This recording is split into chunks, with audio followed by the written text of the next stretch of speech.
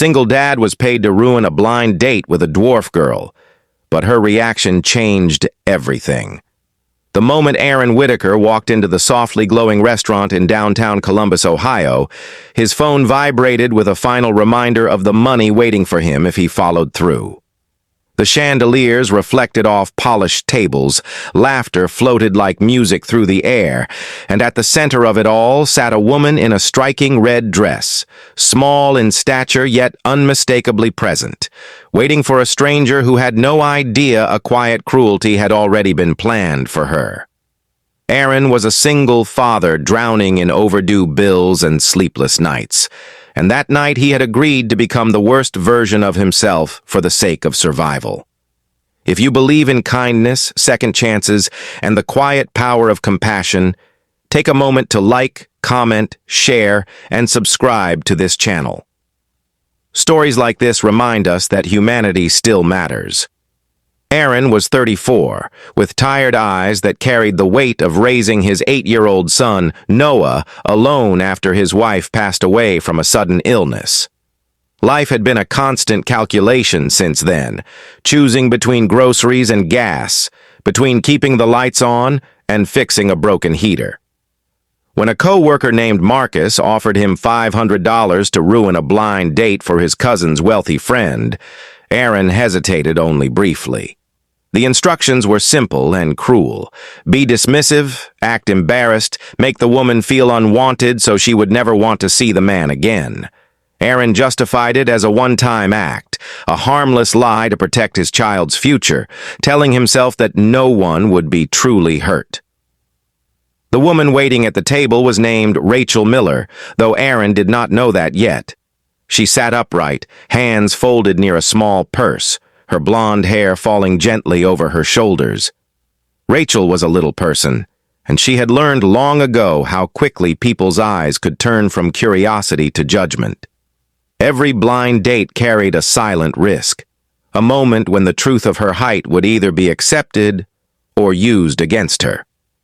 Still, she came because hope, even when fragile, was better than staying hidden.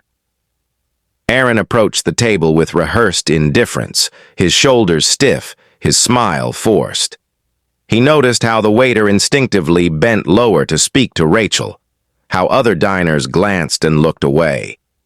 He took his seat and began the performance he had promised, acting distracted, checking his phone, offering shallow reactions. He felt his stomach twist when he saw Rachel's expression change, not with anger, but with quiet understanding.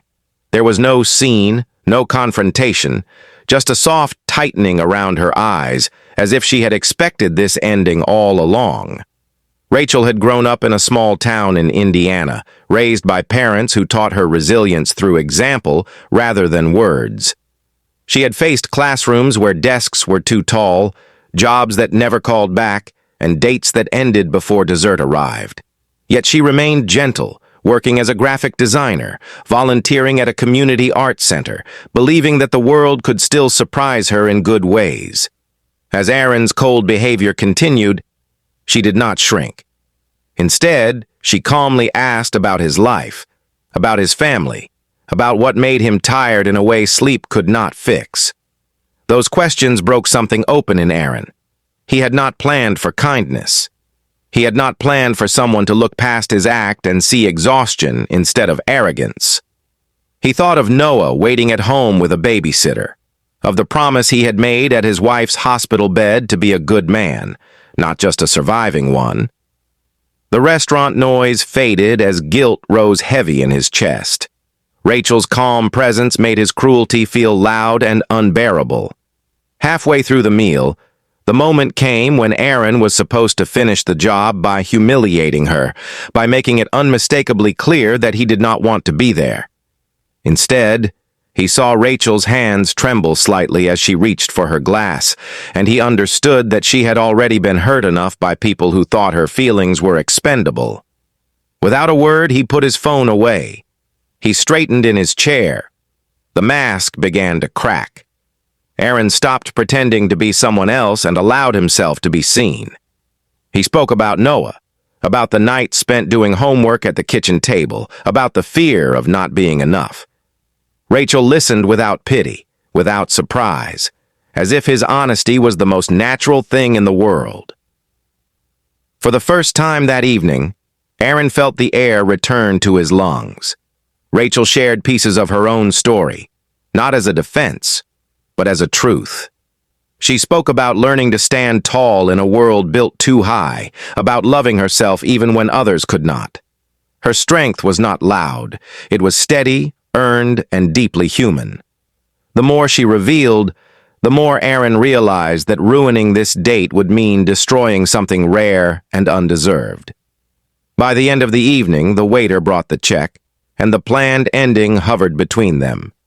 Aaron knew that walking away would secure the money he needed, but at a cost he might never escape. Rachel prepared herself for rejection, her heart braced for the familiar ache. Instead, Aaron paid the bill with shaking hands and thanked her for the evening with a sincerity that surprised them both. Outside, the city lights reflected on wet pavement, and the night felt different than when it began. Aaron did not ask for another date. He did not promise anything, but he did apologize quietly for his behavior at the start. Rachel accepted the apology not because she needed it, but because forgiveness had become part of her survival. They parted with a simple understanding that something real had happened, even if it did not fit the plan.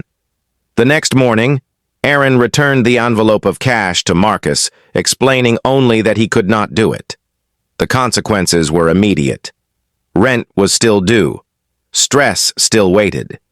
But when Noah hugged him that night, Aaron felt something he had not felt in months. Pride. He had chosen the man he wanted his son to become. Weeks passed. Life remained difficult but different. Aaron picked up extra shifts. Rachel returned to her routine, carrying the memory of one night where she was seen, truly seen.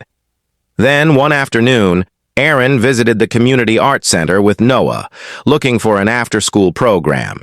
As they walked in, paint-splattered walls and laughter greeted them, and behind a desk sat Rachel, smiling in recognition. There was no dramatic reunion, no sweeping moment, just a shared smile, a quiet acknowledgement of growth. They spoke again, slowly, carefully, without expectations. Friendship came first, rooted in honesty and respect. Whatever followed was built on something stronger than appearances or pity. If this story touched your heart, if it reminded you that small choices can change lives, please take a moment to like, share, and subscribe. Your support helps these stories reach others who need hope. Before the ending, leave a comment telling us what kindness means to you, because your words might be the light someone else needs today. Aaron learned that night in the restaurant that dignity cannot be bought, and survival does not require cruelty. Rachel learned that her worth did not depend on someone else's plan, and somewhere between a broken agreement and a returned envelope of money, two wounded people chose humanity over fear. In a world quick to judge, that choice became everything.